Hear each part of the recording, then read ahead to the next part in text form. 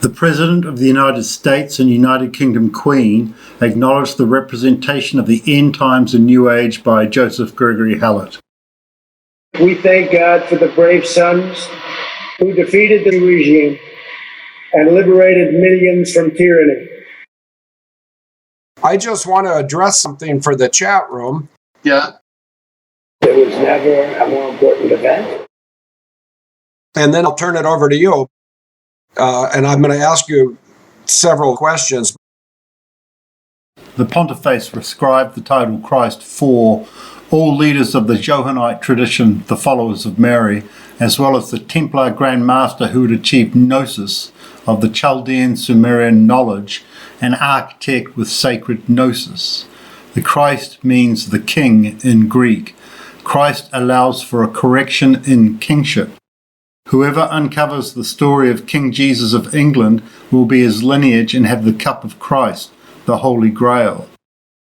Gregory Hallett uncovered the story of King Jesus of England and published the solar chalice of the legislators Akhenaten and Jesus. Christ returns near the end of the world. Isa is a sign. Source: The Hidden King of England, Arma Christi, Unveiling the Rose, pages 736, 783, 988, 1064, 1077, 1086, as established in the previous interview of 30th of May 2019. For those of you in the chat room, today the President of the United States, Donald Trump, really honored himself and he honored Americans throughout history, and he honored veterans and the surviving family members of veterans. And I was very much touched by what I was allowed to witness remotely.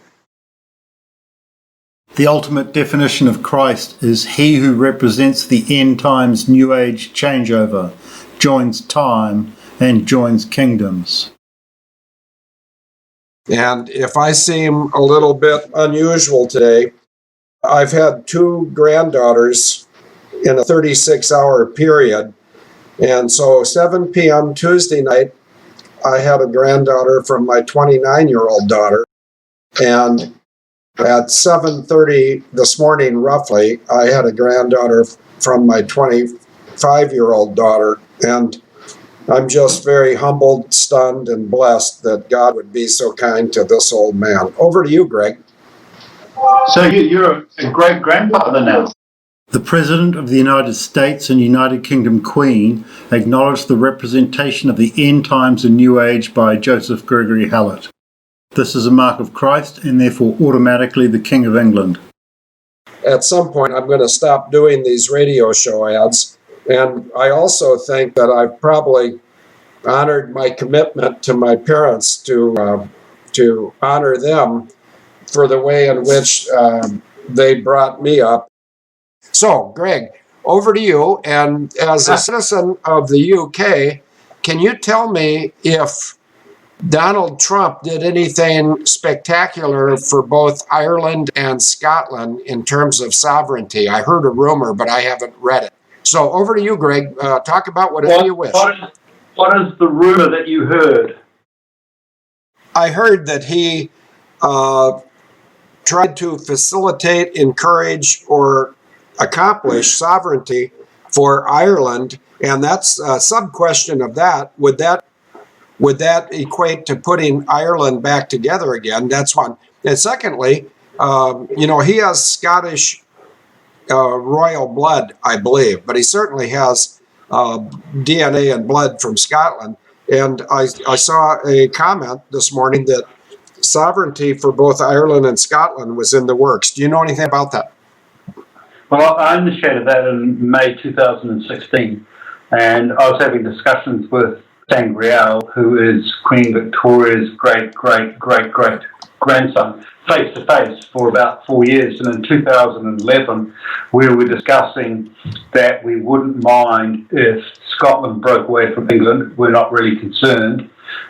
And we thought that if that happened, then the northern states of England could join with Scotland, or the southern states of Scotland could join with England. We're not actually really concerned because we're kings of all of them. But on another level, we wanted to join Ireland, which is called EIRE, E-I-R-E, with Northern Ireland.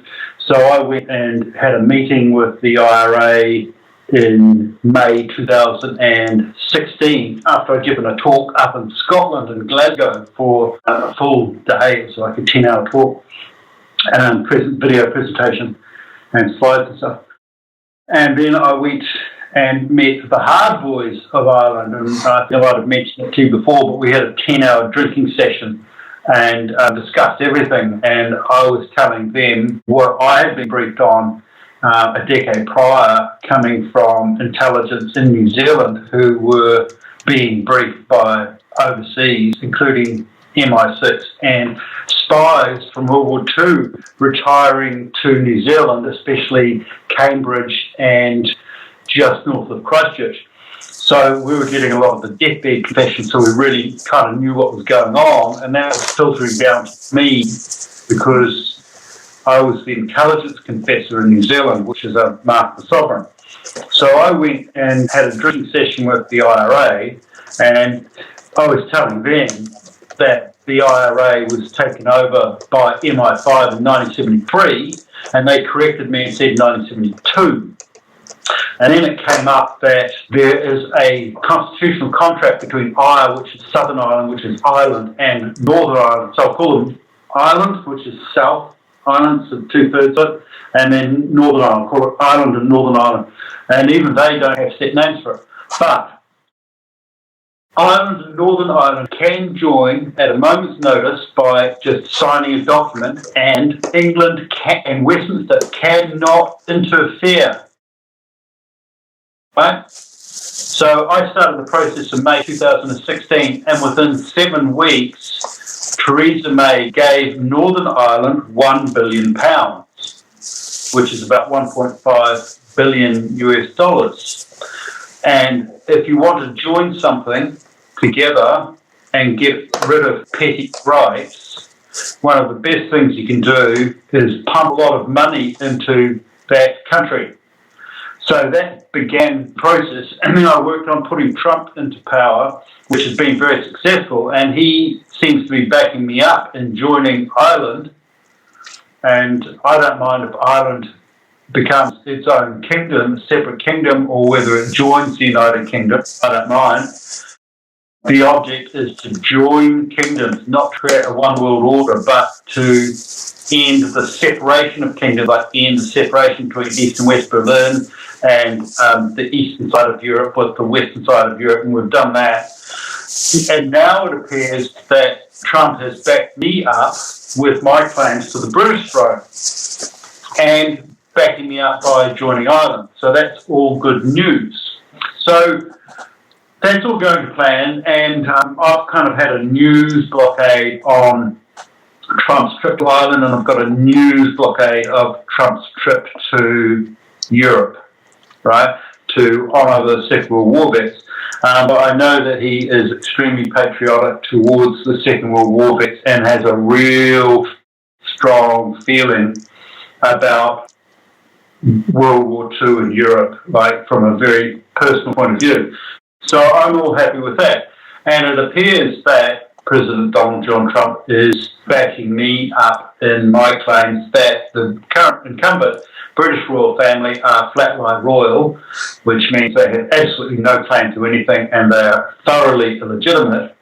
And what he did is, when he went to Buckingham Palace, inspected the rear yard of Buckingham Palace and inspected the trooping of the colour, at the same time a plane was set off, which is Airbus KC-2 Voyager A330-243 Mr. TT, registration ZZ338, flight Tartan, Tartn.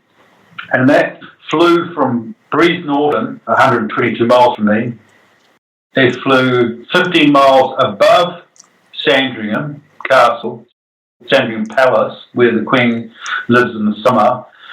So it missed her, and then it flew a paperclip 3 times, exactly 60 miles dead east of me, to the heart of the paperclip. If you got the paperclip, and you got the heart of it with the top of the inside bit of the paperclip. So that was 60 miles dead east of me, and then 7 and 8 minutes after that, that same plane flew directly overhead of me so they could look out their left window and see me and where I am. And when they're over where I am, that was the 101 minute mark in the flight. It's the largest plane, it's an A330, and it flew a paperclip which was about 6 miles wide and did very tight turns.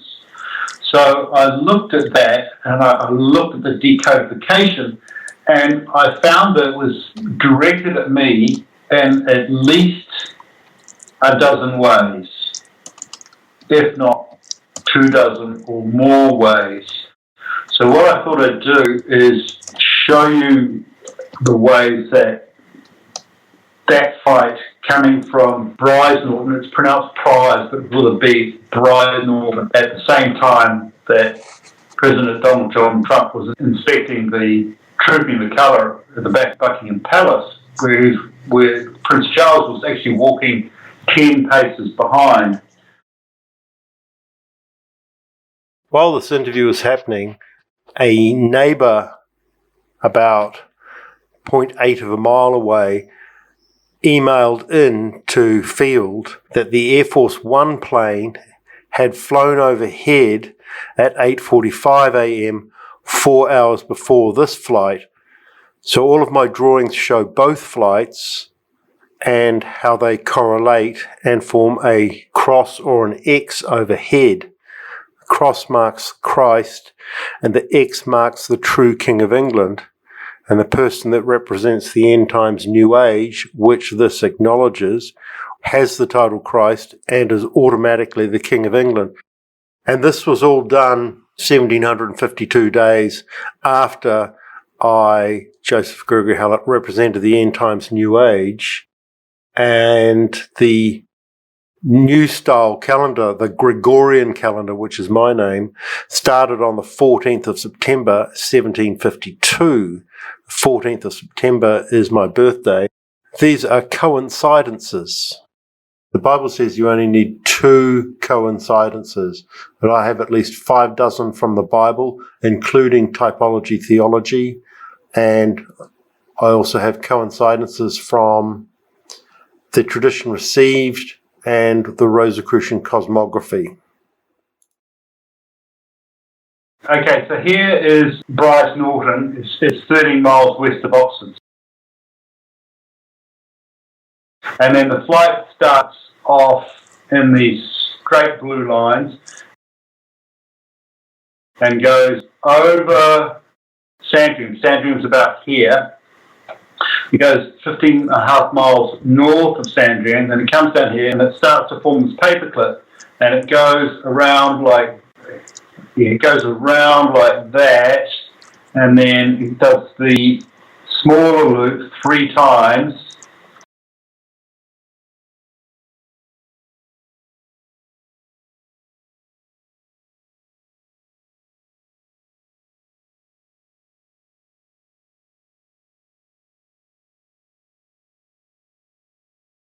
And then it goes here, and that hand is where I am. So that's the 100 to 101 minute mark. So the point is that it flew a paperclip, and then it flew over me, and it marked 101 minutes. And the distance, the time from the paperclip to being directly over me is 7 to 8 minutes, which is 8 over 7. 8 over 7 means royal. So what I want to do now is show the next image. I'm on the radio, right? The distance from where I am to the heart of the paperclip is exactly 60 miles at exactly 90 degrees. So that's dead east, 60 miles dead east. The angle of the paperclip is 54 degrees, and when you put it at 54 degrees on a clock, it shows 1:44 p.m. 00.0, which is 144,000, which is kind of interesting. And here it says Hull, UK, Zeebrugge line. which is a slight reference to Hallett, Zealand, Hallett, Zealand there, just slight reference. This is Buckingham Palace, Monday, 3rd of June, approximately 12:30 p.m. British Standard Time, which is Greenwich Mean Time +1. British Summer Time. Greenwich Mean Time, or UTC, +1 is British Summer Time. So when we look at the flight times of the plane, it's UTC or GMT, and to make it British Summer Time, you need to add 1 hour. Most importantly, Trump's daughter is up here in a prominent balcony. Because that's the person that I'm going to be dealing with. So there's Trump there, but Charles is 12 paces behind, still inspecting the front yard. So there's Charles coming around here, and then Trump is actually here. You can see the outstretched leg there of Trump walking away from him. And when the BBC realised how embarrassing this was, they cut the image there. That's the final image. So you see Charles coming around, wide-gated legs, he's just making it around the corner. Because there are going to be lots of these short moments. Prince Charles walking 6 paces behind already. And by the time we get to the other end, he's 12 paces behind. The reputation of... What's he likely to speak about? The reputation of... Prince Charles is a douche. Right, and there's Trump walking in front of Charles. He sort of, the big thing is that he hates us, the media. And you get the impression that he's watching pretty closely what the politics are of the UK. And again, there was some interesting phrasing on a kind of on a... We're talking on the left-hand side there. How far Trump is in front. So there's Trump, and then Charles, Douche of Cornwall, Prince Chuck, is 12 paces behind. And there's Charles sneaking around there. And they cut it off there, so there's no more footage, so you don't realise that Charles is so far behind. I will be seeing whoever else. I will be seeing whoever else. I will be seeing whoever else is going to be the next. The President is taking his time, he is stopping, he is talking to various soldiers along the lines here, and in no hurry whatsoever for this moment to finish. So it's, he's taking his time. And you remember there was some flack last year at Windsor Castle when he went striding out in front of the Queen, and you could see the Queen zigzagging behind him, sort of trying to catch up. And I suspect, look, Donald Trump he came to this job not having been schooled in public office and how you do things. In terms of boosting... And it never stopped. And it never stopped. And there is, as I say, there is huge interest, and it never stopped. And it never stopped. And it never stopped. And so Donald Trump will be thinking, they will play well. They will play well. They will play well. And on two of the networks, it wasn't even covered at all, not mentioned. You get, the day that, I remember there was, I think the day that, I remember there was, I think the day that, I remember there was, I think the day that, I remember there was, I think the day that, I remember there was, I think the day that. Now we're just listening to the national anthem.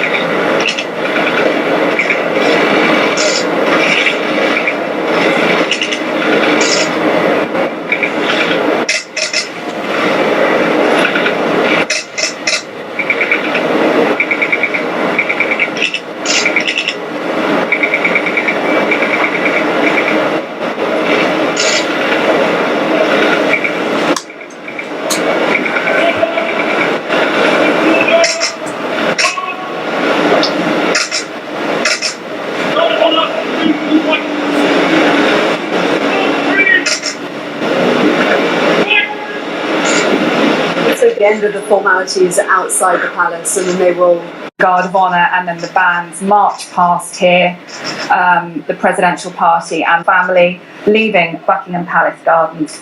Once that has happened, we will see everyone leave the West Terrace there and go inside Buckingham Palace for a private lunch.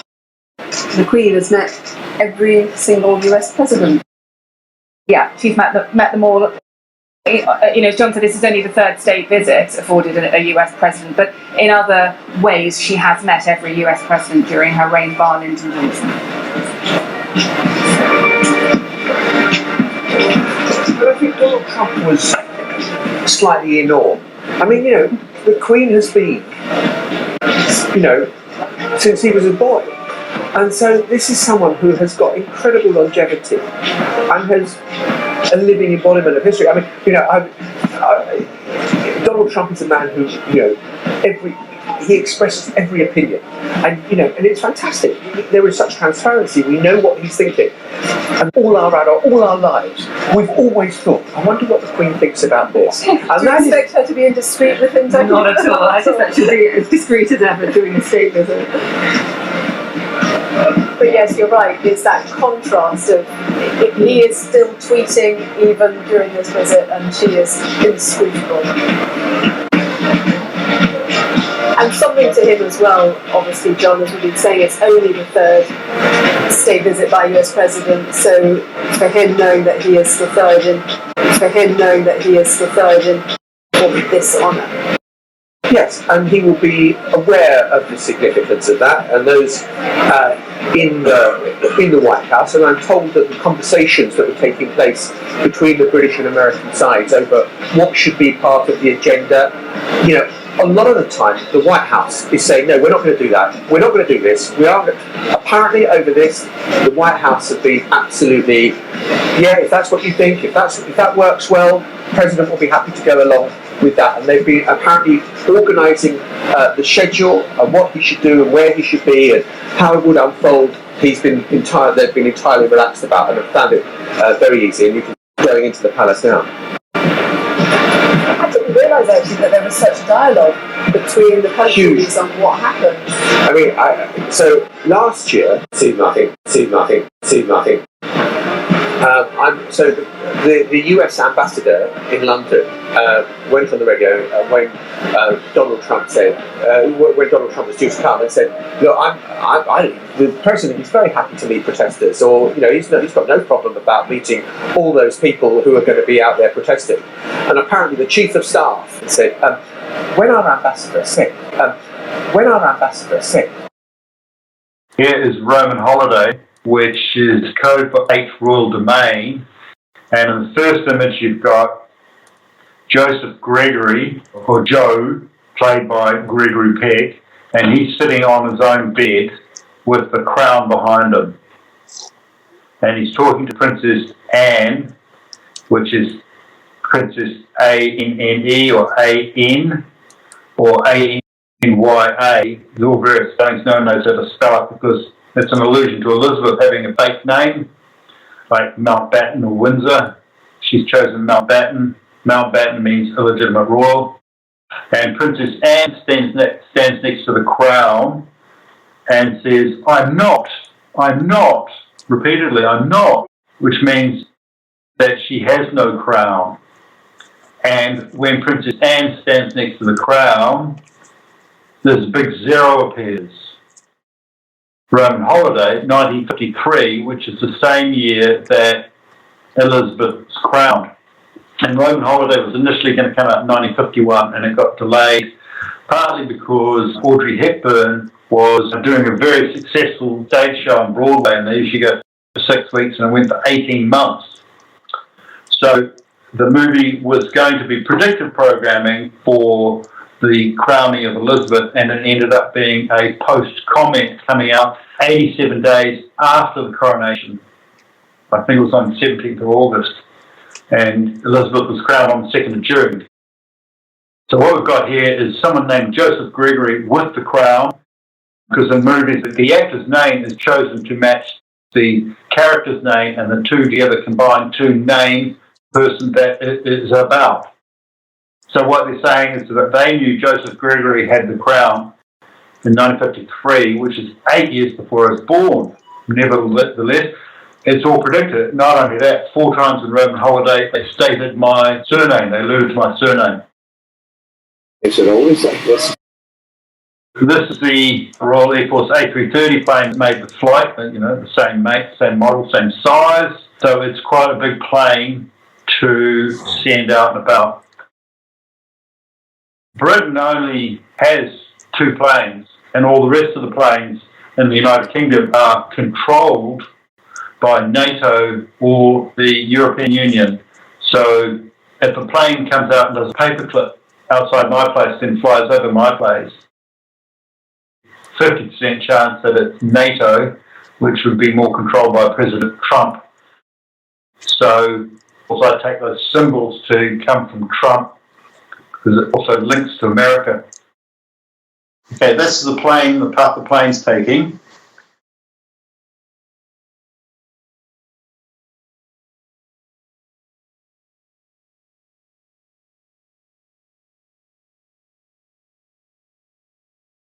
Flying over Sandringham. It comes in and it flies a triple paperclip.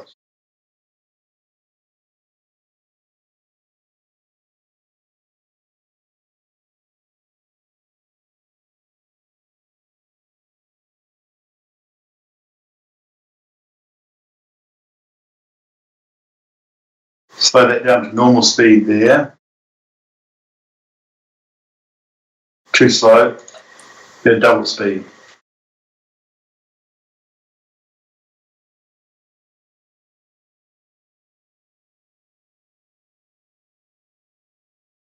So it's flying the paperclip once, the small paperclip once.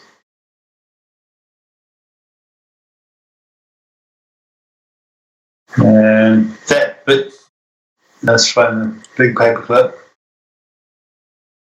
That's the heart of the paperclip there, the top, centre, middle. And down the bottom, it gives all the times and the height and the speed and the tracking. And down the bottom right, it's got all the code numbers. A330 243 Mr. TT.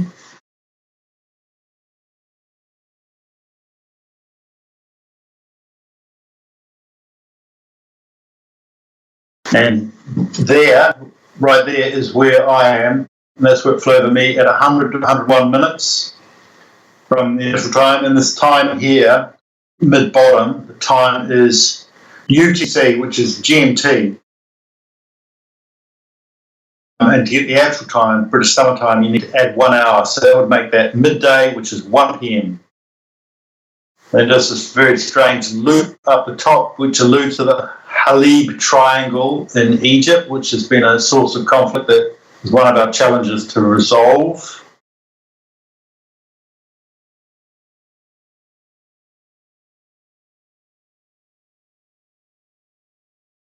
Five times speed there.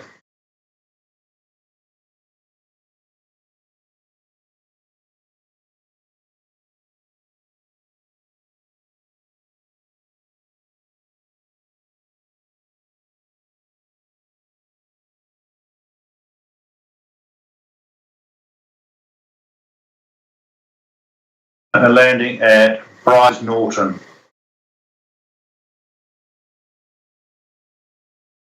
One of the most interesting things about that, it was on the 3rd of June and it happened at 1:44 p.m. and it was really high, like 12:44 p.m. And when we're talking in these times, because we've got an hour added, we've got 1:44 p.m. alludes to 12:44 p.m. and also 2:44 p.m. Yeah, because things are pushed forward 1 hour, pushed forward back an hour. And it's also called a collel of 1, where you can add 1 or subtract 1. And one of the most important things is that 3rd of June 2019 was 1752 days after the End Times New Age changeover, and 1752, the year, was the year that the Gregorian Calendar started, which is the new style calendar. And it just happens to have my name, and I just happen to be the person representing the end times New Age changeover. So that's interesting. And my great-grandfather invented the hair clip and was the first person to be abducted in Operation Paperclip. So that's interesting.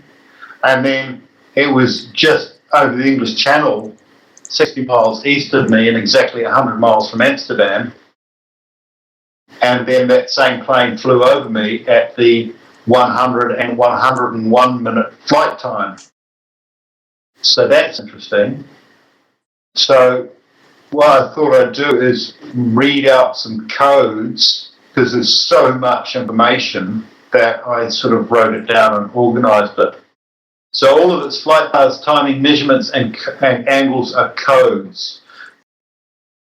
Beginning Operation Paperclip in reverse before the war, Ernest Robert Godwin, 1869 to 1936, invented the hair clip and was acknowledged as the world's foremost authority on the combustion engine in the 1930s, employed Mark Twain as his vice president in New York, 800 yards from Nikola Tesla, who photographed Mark Twain in his medical experiments, his experimental X-ray.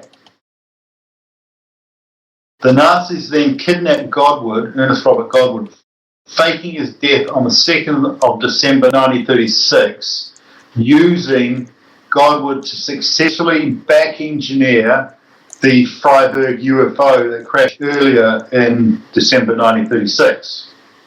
So my great-grandfather back-engineered the UFO. He's the first person to do it. This was Joseph Gregory Hallett's great-grandfather, thus identifying the origin of the paperclip with Godwin Hallett. Now, the video we've just seen is Flight Trader 24, that's who tracks the plane flight. So Flight Trader 24 records the time in UTC, whereas it is British summertime, which is UTC plus 1. So an hour is added to the time records. The Airbus A330 flew from Brize Norton Air Force Base 30 miles west of Oxford for 160 to 161 minutes from, in now time, in British summertime, 11:04:05 to 13:45, so 1:45 p.m. 2 hours 40 tour de force, bypassing Queen Elizabeth II's palace, Sandringham Palace, flying 15.5 miles north, then forming a 30-mile long, 54-degree north, 178 square mile paperclip, where 8/7 means royal and 178 means one royal, or royal one.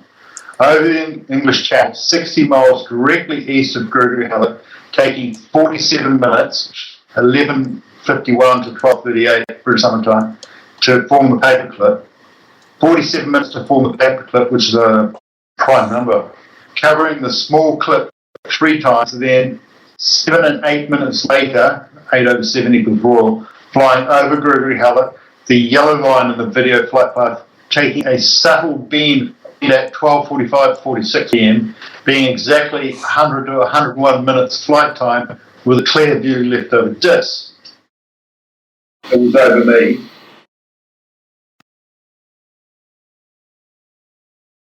At the same time, 12 to 12:45 p.m. British summertime, President Trump was inspecting the Buckingham Palace Red Lawn, walking amongst the trooping of the colour, where they wear the bearskin hats and the red coats, to Prince Charles, Bishop of Cornwall, and return inside Buckingham Palace at 12:44 p.m. by my reckoning. Airbus KC-2 Voyager A330-243 MRTT, registration ZZ338. So in short, I've called it 33 Mr. TT 33 paperclip. So the 33 Mr. TT 33 paperclip is 30 miles long and 6 miles wide. So it's a 70-mile circumference covering 178 square miles, which codifies one royal. The inner paperclip was 22 miles long and 6 miles wide, so a 54-mile circumference covering 130 square miles, but made 3 times, which equals 162 miles circumference, covering 390 square miles. In total, Paperclip had a 332 mile circumference covering 568 square miles. Now, plus or minus 0.3%, or plus or minus 2 miles, is 233 miles circumference covering 570 square miles.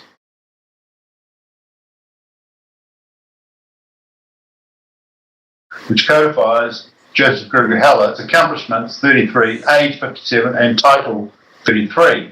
233 miles, so use the 33 twice. The age of gods to the age of kings is written 3147/33, with a space in between. So 33 is a number for the changeover for the age of gods to the age of kings.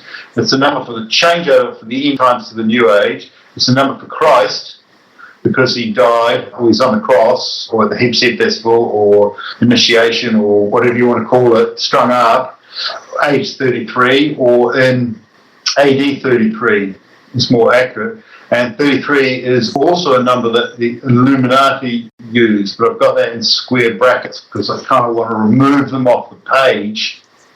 So 33 marks the end times new age changeover.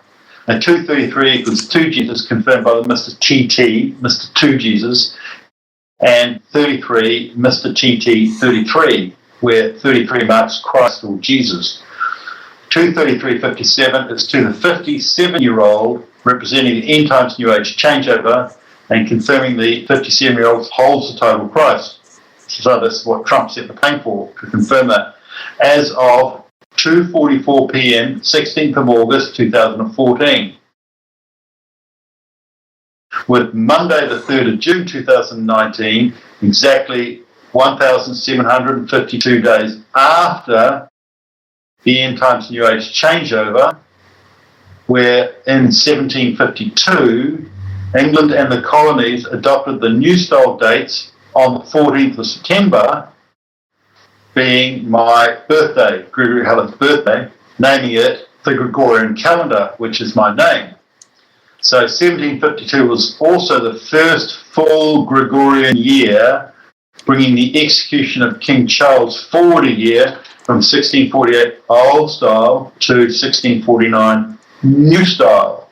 So within that, I'm named and confirmed many times Gregorian Calendar, my birthday, 1752, 1752 days. So that's quite a big coincidence. There was never a more important battle. There was never a more important event. This was one of true peace, because this led to something very special. He's like nobody else. This was a very, very special day, and it's an honor to be here. It's like a reference for the rights given to us by Almighty God. We affirm the common values that will unite us long into the future. Sovereign. And from Gregory Hallett, from where I am, to the heart of the paperclip, which is the small clip top centre, is exactly 60 miles at 90 degrees dead east. 60 over 90 is 2/3, which alludes to the Trinity, two parts to the two Jesuses. Also marked by 33 Mr. TT 33, incorporated in the Airbus flight code A330243, Mr. TT, register ZZ 33-8. Now the paperclip angle is 54 degrees, which approximates the hour hand at 1:44 p.m, which can be British summertime, or the Airbus paperclip marked the end of Trump's trooping of the colour. So when the Airbus left the paperclip, it marked the end of Donald Trump trooping the colour in Buckingham Palace Lawn at 12 to 12:44 p.m. British summertime, which is 1:44 p.m, which with 0 seconds, 0.0, it's 144,000, and they like to mark that 144,000. Now the Airbus KC-2 Voyager A33243 Mr. TT, registered ZZ338, was chosen to fly from Brisbane, as Brise is a lower loop away from Prize, where the Prize was a cognomen of Prince Marcos Manuel, as King John II of the United Kingdom, who also held the title Christ and could use it. And Gregory Hallett lived on Norton Road, so it's Bryce Norton, and I lived on Norton Road, 1977 to 78, which is the royal years, 78. And I've been able to use the title Christ from 1,752 days prior, on the 16th of August 2014, at 2:44 p.m. Hence the time, 1:44, 2:44, 12:44. The time was recorded by Sir Walter Raleigh as a prediction on the true likeness of Sir Walter Raleigh. Whoever represents the end times New Age is allowed to use the title Christ. So you can represent the changeover from the end times and New Age, and you can join kingdoms, join countries, stop rifts, like join East Berlin and West Berlin, join Eastern Europe with Western Europe, drop the Berlin Wall, join Southern Ireland or Ireland with Northern Ireland. All these things fulfill the title Christ. So, the Airbus KC-2 Voyager 830-330-243, Mr. TT, registration ZZ338, code translations, KC-2 Voyager, King Charles II Voyeur, ruled 1660 to 85, dead and buried without ceremony. Charles is a Voyeur too, his voyage is dead and buried, walking 12 paces behind Trump. A330 equals Alpha Christ full circle, or Alpha Illuminati closed loop. 243 Mr. TT is 2 Trinity for Mr. 2 Jesus, being myself, because I've brought out the 2 Jesus story.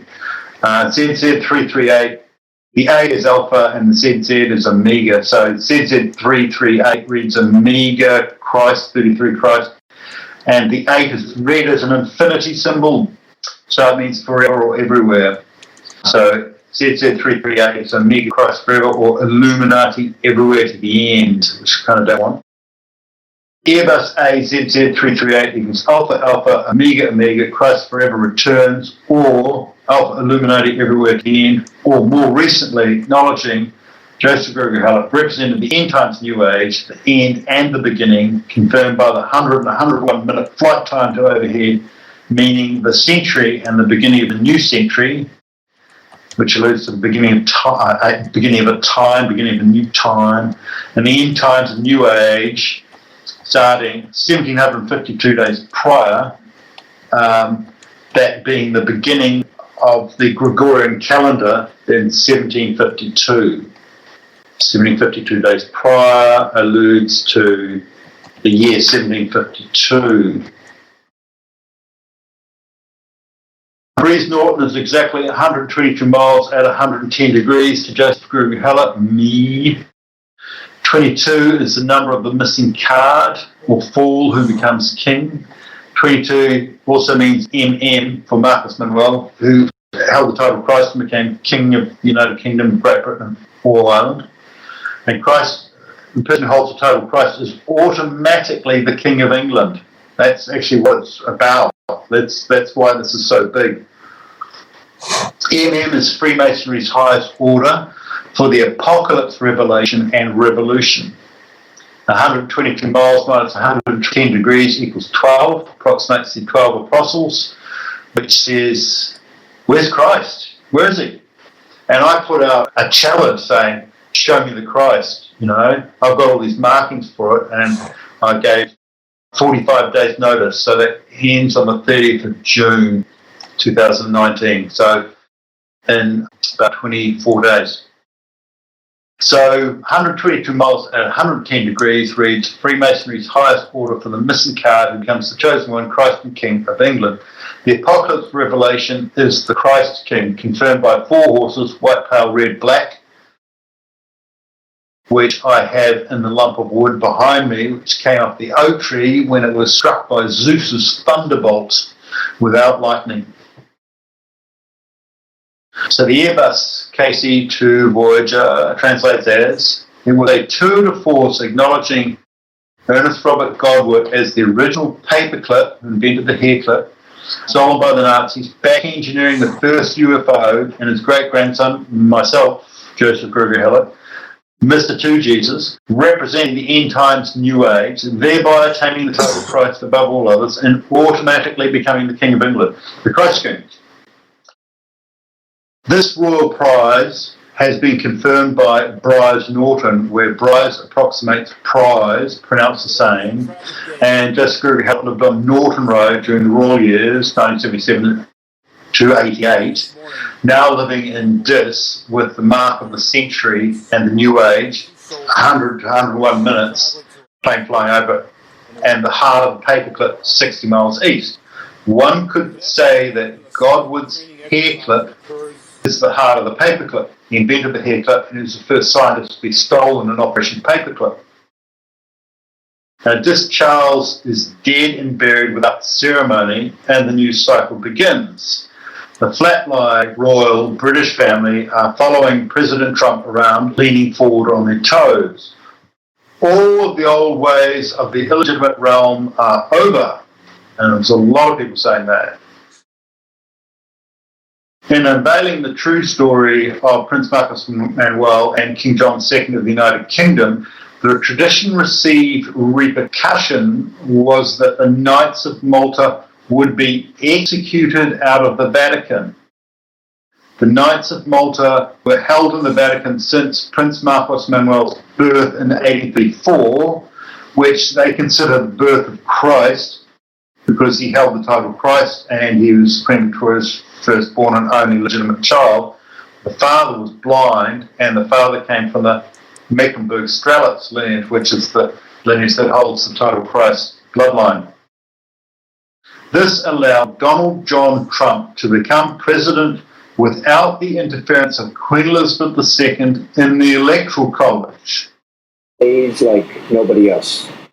The story unfolded as the Knights of Malta being executed out of the Vatican between the election and inauguration, with the first in charge and the second in charge of the Knights of Malta fired, and then one of them reinstated. And people were saying that they had no idea what it was about. It was all over the news, and no one knew who was writing the stories or what it was about. This is a quote: "The whole banking system is fully controlled by the Sovereign Military Order of Malta," SMOM, so SMUM, "and has been for eons. Rothschild is subordinate to the Sovereign Military Order of Malta, commanders, period." This means banking is no longer controlled by the Vatican QE2 Rothschild regime. It means elections are no longer rigged by the Vatican Queen Elizabeth II Rothschild regime. In this way, Donald John Trump was allowed to become president. The flight that I've just discussed was his thank you to Joseph Gregory Hallett. NATO and the EU control 98% of aircraft in Britain. I gave them 45 days to the 30th of June 2019 to find Christ, or it was me. Instead of finding another Christ, they named and codified me again. It's like he's like nobody else. This was a very, very special day, and it's an honor to be here. They are just really incredible people. It's a little like the big factor. Invasion, it worked out okay. Over to you, Field. Yes, I was listening to everything you said. These were incredible, brave people who were just being bravery, the valor. We're giving out medals today. Well, I just want to summarise that paperclip is huge, and Trump doing it's huge, and Trump going to Buckingham Palace and inspecting the cooking of the colour, and Charles walking behind, and Trump walking up to the steps with the Queen, and then the Queen stopping at the steps, and then Trump walking down, and then Charles scurrying up on the other side and catching up to him to make it look like Charles was walking with Trump, right? When he just sort of like stole the position. It's like secreting Charles into a photographic thing. That was amazing, and those codes are fantastic, and it's such a clear paperclip, and what paperclip means to everyone, which was the Nazi scientists being brought out of Germany and taken to America after World War II, and really pretty much completely stuffing up the whole space program. What we see in the rockets, they did a really terrible job compared to what was working in Germany in 1939, what Ernest Robert Godwin got cracking in just 3 years. And then Trump going to Ireland and continuing my work, joining Ireland. And I've got Irish ancestry. And my 13th great-grandfather, Sir Walter Raleigh, he owns 0.2% of Ireland. And he owned Blackwater Valley. The apparent mass murder in Slay Head, Sir Walter Raleigh wasn't there. So anyone who's got that history and says, oh, he's Walter Raleigh's son, forget that. He wasn't there. He wasn't there at the Slay Head.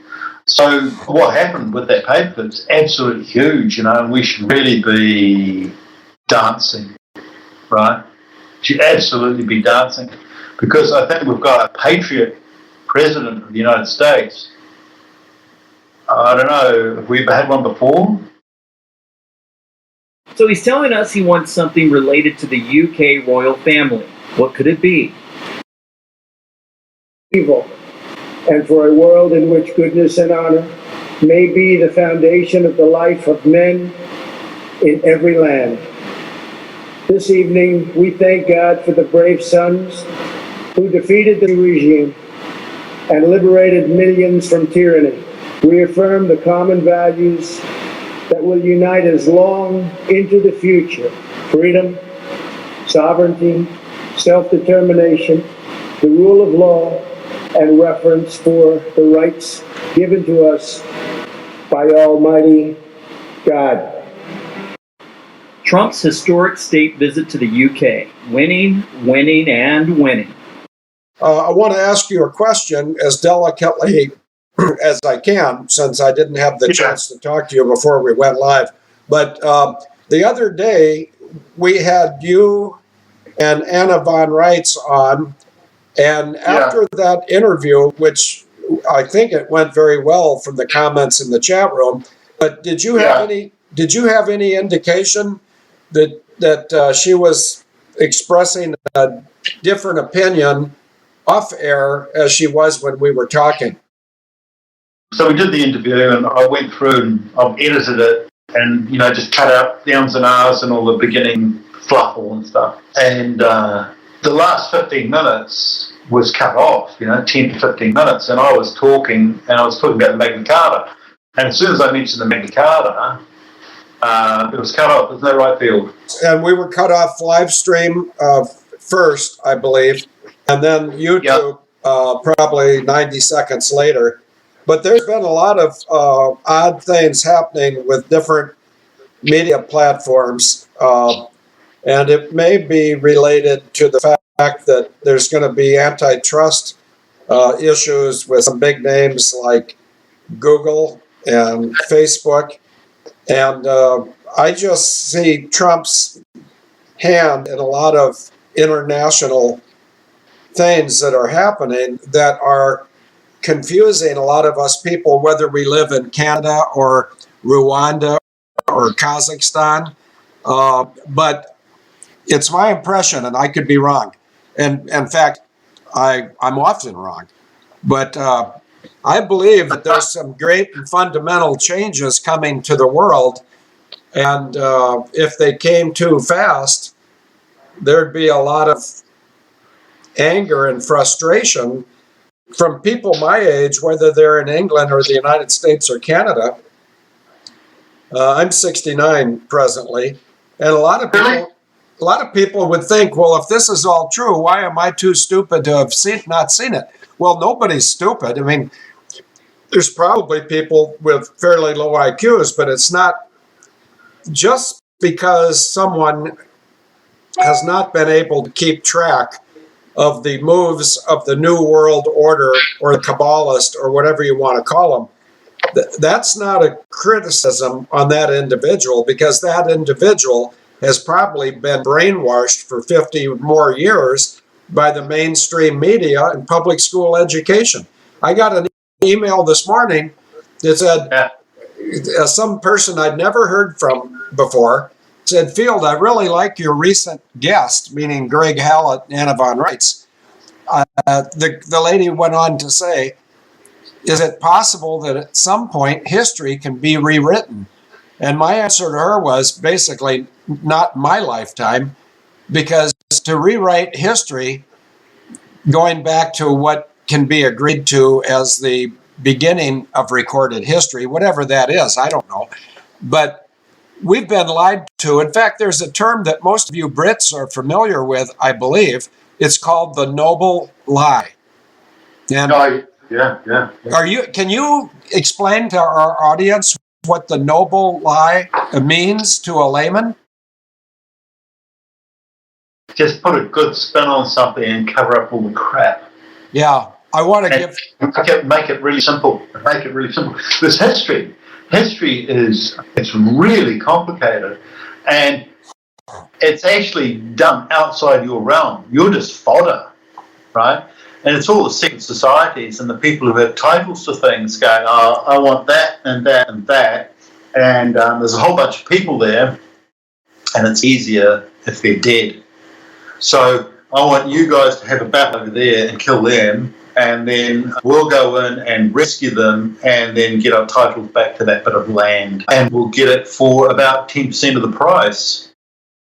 And that stuff's going on all over the time. And there's layers and layers and layers of stuff. Absolute layers. There are so many layers of titles. It's absolutely bizarre. Seriously, it is very, very bizarre. And you wouldn't believe it. You wouldn't believe some of the names, and even the names behind the names, and the fake names, and the fake titles, and the illegitimacy, and just the absolute shenanigans. Like the British Crown, which is Rothschild, as soon as Queen Victoria died, they changed the land titles throughout New Zealand from native to crown. And then they sent in a sexual terrorist into New Zealand to absolutely terrorise the country on a domestic level. So they sent in, he's the guy on the World War I posters going, warnings you. He kept peacocks because he didn't like women. He was a misogynist. He kept peacocks to keep women away from him. But he liked asshole. And he liked young boys' assholes and young girls' assholes. And I think I might have told you before, but whenever he's staying in noble houses, and this is the noble lie, children of the aristocracy used to have their servants sleep in front of the door to stop Kitchener getting in and raiding their assholes for his sexual pleasure. And this is male assholes and female assholes, children and teenage assholes. And this is actually in official biographies. So King Edward VII, who was a complete arsehole, and he was double illegitimate, he was three-quarters Rothschild, his doctor judged him to be phrenologically, which is a skull shape, phrenologically insane. He sent Lord Kitchener, the arsehole bandit of the British colonies, to New Zealand to train the Freemasons in New Zealand on the pleasures of sodomy and incest and child rape. So the Freemasons in New Zealand sexually terrorised New Zealand on a domestic level and on a Boy Scout level, which really started in about 1917. People were too scared to talk, and that was the cover for no one noticing all of the land titles in New Zealand changing from native titles to crown titles. Like that. Okay, I'm going to post this in the chat room. As your phony baloney fake government, they wish they were Trump, because Trump is wildly popular. I believe I want to be corrected immediately by you, Greg, but from what I'm seeing, it seems that Trump is really popular with the UK citizens, which I might, if I were more creative, might refer to as UK hostages. Just like the Australians were prisoners of Mother England. And I've been to the UK quite a lot, and I love the UK. I love the people. I love the traditions. But you got some real shitty leadership. Oh, yeah, totally. They carry on with their business. They, kind of keep away from the pikeys. But they just carry on day to day, and they do the stuff. A lot of life's about doing maintenance and getting your groceries and walking up and down the main street of a market town. buying groceries and stopping and having a chat. When some people go to get their groceries and it takes them 4 hours walking, stopping and chatting, and then the leadership's just complete crap. There's no reality from the government at all, right? And through most of the mediums we get, there's absolutely no reality, and the only reality you get is by standing with another British person, patting a dog, patting a horse, or talking about the weather. And I used to think that was like just so reserved, but it's actually mental health. Patting the dog, patting the horse. Every second day I go for a walk and I pull up some grass and feed the horses grass or some apples. And once a week so I go for a walk with the dog, and about 4 times a week I walk over water.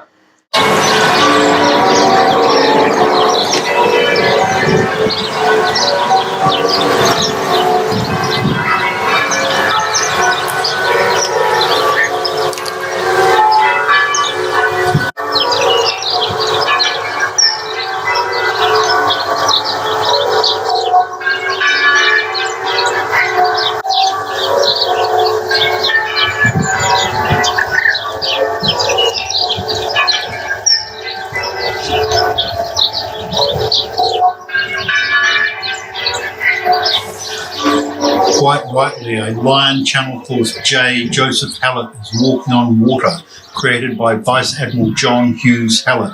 John Hughes Hallett.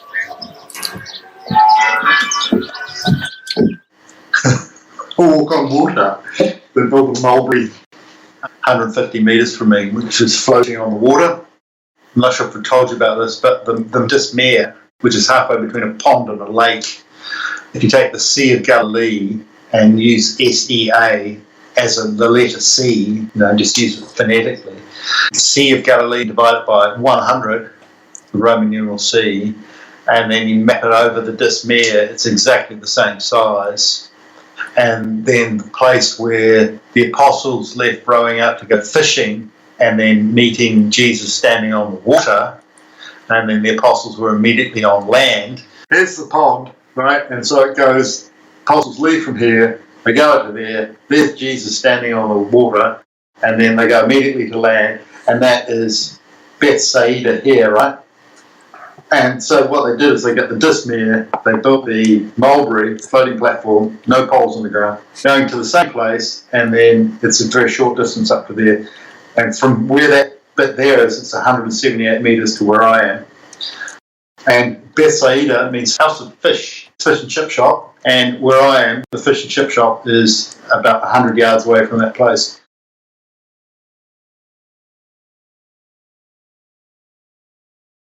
The Kabbalah that ensures the Messiah's reincarnation was written in 1597 in Safed, spelled Safe, 7 miles north of the Sea of Galilee. 2 of the 6 emerald tablets that are used to predict the future were captured from Jarabah, 5 miles north of the Sea of Galilee, in Christmas 1957 by the 16. In 2016, I went up to Newcastle and met one of the 16, and he said, "We've been expecting you." I then asked him to repeat that, and he didn't know what he had said. Where the Kabbalah was written that ensures the Messiah's reincarnation in 1597, and where the emerald tablets were taken from Jarabah in 1957, which the Rosicrucians consider to be the same numbers, they are less than 10 miles apart. Jarabah no longer exists as a settlement. What they're doing is called typology theology. And typology theology is the oldest Christian science. And it is that everything that's predicted in the Bible will happen in some future time in another place. Yeah, you know what typology theology is? I do not know what it is. Typology is the study of land, TYPO, typology, and theology is the study of Christianity. Okay. In the Bible, landforms are described and even drawn, and you can see where they are on maps. You know, you go, okay, here's Jerusalem. You can see it. You see how big it is, what it looks like, etc. And you see Galilee, what it looks like, etc. And you can see the River Jordan, etc. So what typology theology is that the Bible predictions will happen in a place that has the same typology, maybe on a different scale, but it's the same typology, and that things will happen there that repeat what is written in the Bible in the next age. Yeah. Cheers. I think that we're getting more taken care of than we might even understand. And I want to thank God that this week, on the 3rd of June, President Trump, who might as well just be called the world's most popular president, he basically ended the slavery and the literal slavery, not just the financial slavery and the debt slavery. But on Monday, when he was over there ignoring Charles and doing high fives with the fake queen, he basically freed the United States of America from servitude to fake royalty and illicit agencies, including the Crown agencies and the Vatican Jesuits. The United States of America, the Republic of the U.S., is now established, and the Organic Act of 1871 just got flushed down the same toilet of Obama and his husband, the Clinton Foundation, George H.W. Bush, Lumpjaw John McCain, and my more evil than anyone I know sister, Christine Marcy. They're all flushed. You know, anybody that violates God's laws is no longer a member of my family. And I thank God that Trump has been in the position he's been in since the 20th of January of 2017. And if I'm naive in that, I'm sure somebody will hammer some sense into me. But until they do, I'm going to stick the law right up the ass of Wisconsin. Over to you, Greg. So what's happened is all of the secret money agreements that control the planet have folded in the period 1999, 2010, 2012, 2013, 2014, and ongoing. So the Rothschilds no longer have control, the Vatican no longer has control, the Queen no longer has control. And we're in an occult century. Occult means secret. And we're in an occult code century where everything is codified. So if you can walk in with codes showing that you've been the subject of an international event, like I just did with the paperclip, and show that it specifically applies to you in such and such a manner, and therefore you are one of the new players, and you have a proven history of being a player in good sense, and you know you might be dirt poor too doing it, then you may get a leg at the table in creating the new age of reality. Because we're in a non-reality. We've been living in a non-reality increasingly, especially since 1999, I think. So now, you know, you watch Theresa May and everything she says is a lie before and after she does something. So she'll say she's going to do something, do the opposite, and then she'll say that she did that thing. And if you check it up, she's done the opposite of what she said she was going to do. So you're just looking at unbelievable, bald-faced liars because they are operating in a non-reality, because the financial systems and owners of those financial systems that they used to work for are no longer in power, and the contracts are in flux. I'm getting a lot of coaching from the chat room. They're concerned with me exposing everything I'm doing is honest. This battle for global humanity to save all of us, and I certainly think the argument could not be proven false, that they're trying to eliminate the best breeding individuals that any nation has ever had. And, in your nation right now, the United Kingdom, they certainly don't want healthy, virile males and females with good attributes.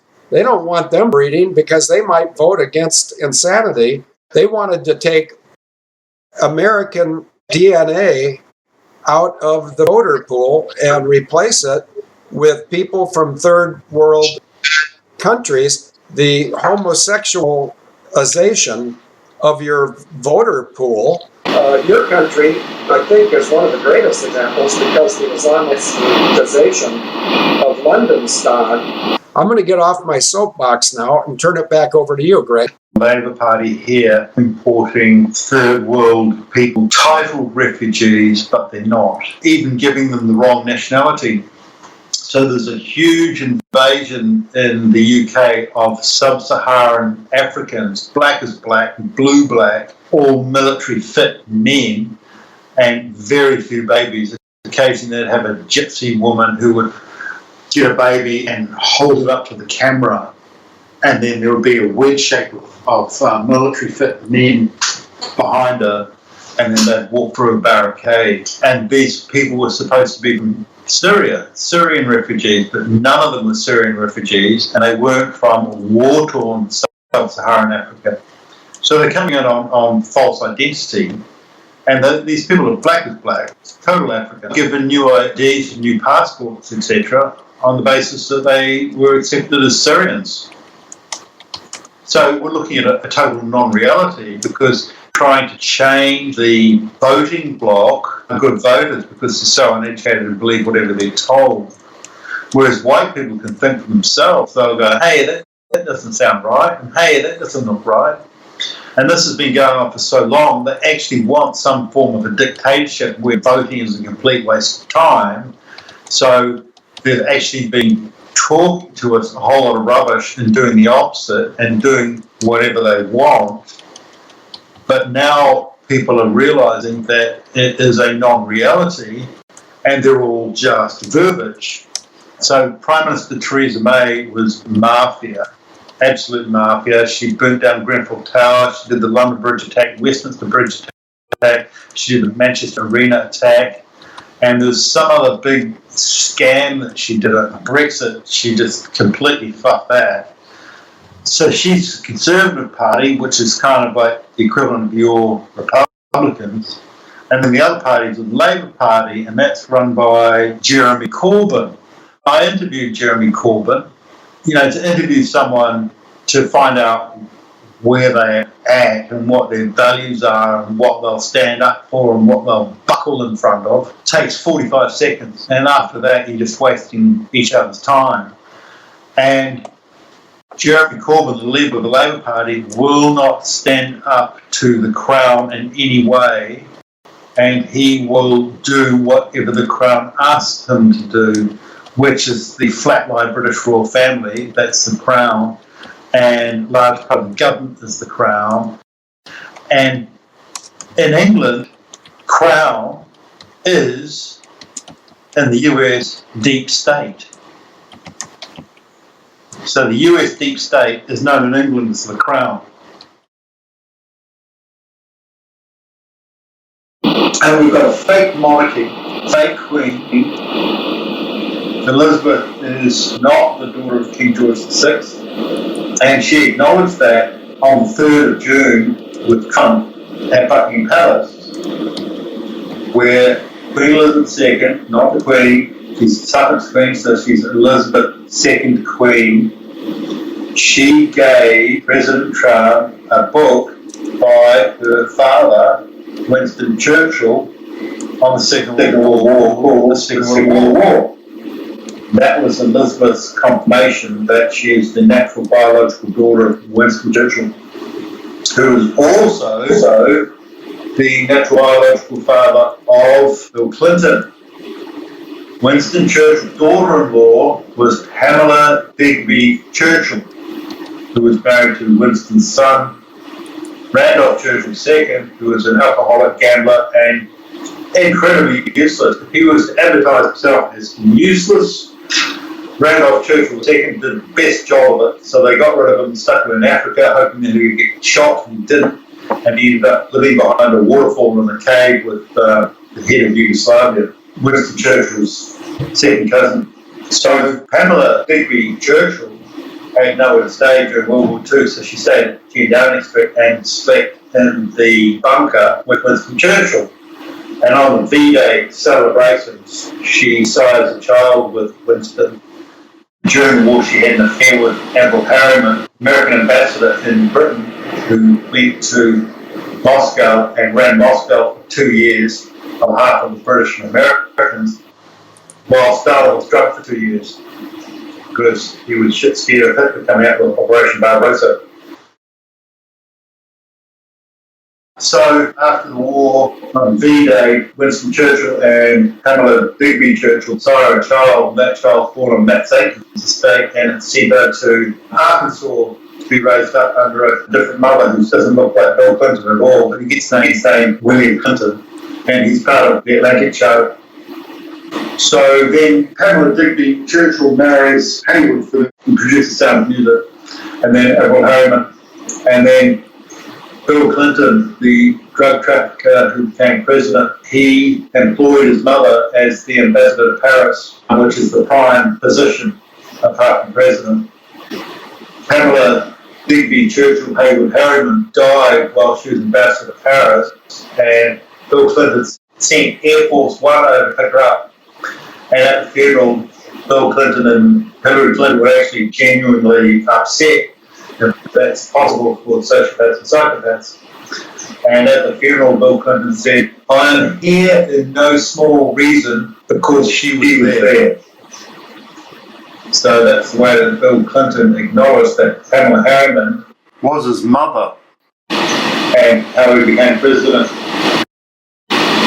Up until very recently, the President of the United States is always the person most closely related to the British monarch. And Bill Clinton was the half-brother of Queen Elizabeth II, and that's how he became president twice, and how he got off his impeachment. Just ran, and Elizabeth writes a little note saying, "He's the half-brother, let him go." And then he's off. And what he does is he goes, "Hands on the definition of what is." And when you get down to that bit of a corporate tolerating definition of the word for the definition of is, it's like 490 definitions of is, that's let it go. It was only with the publishing the story of Prince Marcos Manuel that released the Knights of Malta out of Vatican. It's called Knights of Malta will be executed out of Vatican when the story of Prince Marcos Manuel as King John II of England is released. So I did that in 16th August 2014, which is exactly the same day as the New Times New Age changeover, and the same time that the 4,000 so books was in far away to be sent to the next location. And then this is so important that the royal family actually interfered with all sales, stole my books, and just sabotaged everything like you wouldn't believe. You just wouldn't believe it. I didn't have salt for 9 months now. They sabotaged all my websites, took down my websites, stole all my books, killed my publisher, tried to kill me 4 times since I've been here. Luckily, one of the times, Prince Philip was in hospital, same as me, so he couldn't actually do the order. The person who's doing the translations was Howard, which is one of Henry VIII's wives, and I'm a Boleyn, which is one of Henry VIII's wives, and Howard's one of the white up Boleyns. And when George Raleigh went to Portugal to raid the libraries in Portugal, especially raid the Bishop of Barro's library, he was under Commander Howard and got the Book of Predictions, held it from Commander Howard, and decodifying it, and that's now the Rosicrucian cosmography, which specifically names me as representing the end times New Age. And that was done in 1618, and then Sir Walter Raleigh lost the title Sir, faked his execution, but had the Prince Regent Duke Governor rights to North America, which then passed down to me with This mark here actually fits into the key for the Rosicrucian cosmography, which is the key to the kingship of North America. The male and female Sangreal blood royal primary descendants of Jesus and Mary lineage gave me this. And this was given to me in April 2014. Then I've done various things which allowed Trump to get in. Done another story which talks about how dropped the Berlin Wall, how they joined East and West Germany together so that the hump coming out, which is Thuringia, which holds some lands in Saxony, but Coburg and Gotha, and how I needed to join East and West Berlin so that we could access the information about the true Duke of Saxon, Coburg and Gotha, which would then say who was the true King of England and then who was the fake Kings of England. So we ended up being the true Kings of England, they ended up being the fakes. And it is the four-star General George Smith Patton who went in March 1945 to Gotha.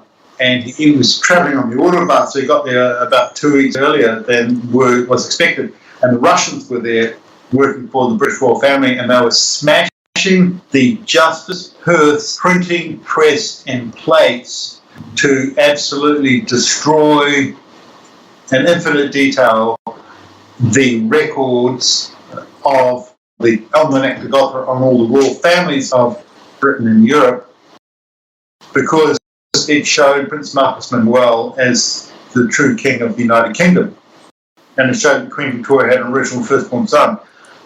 So when George Smith Patton came up the Autobahn to Gotha, he was stopped for 9 days while the Russians were in Gotha, smashing and blowing up and smashing and burning the entire printing press and all the plates of the Almanac de Gotha. Not just sticking a hand grenade and blowing it up, but getting there with hammers and just breaking everything up, blowing stuff up repeatedly. So what had to happen then is that the surviving Romanovs, because the Romanov family in Russia, royal family there, they weren't killed. That's just a scam. So the surviving Romanov family dispersed all around the place, and they got to us with their Royal Almanac de Gotha, French one, from 1912, and they'd written their new name, long version, and new name, short version, and then given their 1912 French Royal Almanac de Gotha to us, and said, we've also got King George III's shooter, his revolver, about this thing with a hexagonal barrel, and George III written on it. Would you like that as well? And then going, you're the kings of England, you're the kings of the United Kingdom, you know, you're it. We've looked at everything, you're it. And by the way, we're the Romanovs, and this is our new name, Karageorgievich and Kadich, and we've been living in Catferat next to Euphysi de Rothschild. And we've got so many royal marks from all the British and the British royal family, and from the European royal families to mark us as the true royal family of the United Kingdom, that if anyone took an unbiased view and said, here's the evidence, give us providence, why have you got the sword of the Duke of Saxon, Coburg and Gotha? Why do you have the signet ring of the King of Hanover? Why do you have a letter from Queen Victoria saying that you're the monarch? Just goes on and on and on. Why do you have the Holy Grail chalice? Why do you have the Egyptian royal lineage stuff? Why do you have the Christian royal lineage stuff? Why do you have the bodies of the biblical figures authorised by the Catholic Church, signed and sealed? And how can you decodify all these symbols? And, they're absolutely fascinated. And they're actually fascinated with me before I even got into the stuff. Like, I went into the Vatican in 1988. I was there in Rome 5 times from 1988 to 1999, and they were really checking me out. Like, they knew who I was, and they wanted to know if I knew who I was. It goes on and on and on and on and on and on and on. Things seem to be progressing. We're getting a bit of reality. Like, out of all the world leaders, Trump seems to be the one that is actually creating some reality around him. Saying, no, it's not that, it's this, So, okay, global warming is an absolute fraud. Climate change is an absolute fraud. And I've been talking about fraud of it 15 years. And because I was quite accurate in my stories, detailed stories, how, for instance, all the world's CFCs combined come from one source, Mount Erebus in Antarctica. So what I'm saying is that Mount Erebus in Antarctica produces more CFCs than all the volcanoes in the world combined and all of the human use of CFCs combined. That causes a hole in the ozone layer. And we used to go, global warming, hole in the ozone layer, ooh! But it was just a hole in the ozone layer that would expand and contract every 60 years. And when it was expanding up until about 1998, and then it started to contract in 2002, it was no longer news. And the reason that they had to bring in a problem with HCFCs was because the patents were running out for DuPont. So DuPont had CFCs, and then they brought in HCFCs and made CFCs illegal because it caused a hole in the ozone layer. No, it didn't. That was Mount Erebus volcano. And you can see photos in Antarctica of vents shooting out CFCs. So CFCs were made illegal so that the agents couldn't copy DuPont's formula. So then we went on to HCFCs, and then DuPont got another 50-year patent on those. That was quite a good lark, really, the hole in the ozone layer. So then that became global warming, and then it became climate change.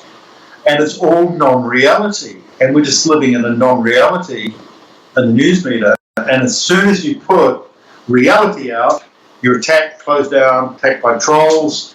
You've got a limited amount of people who can contact you. You've got a limited amount of people who can see your work, and you've got limited distribution, and your hit count stays the same. My hit count stayed the same for 10 years. Like 2006, I had 2 million hits. I've now got 400,000 hits, and I've had 400,000 hits for 10 years.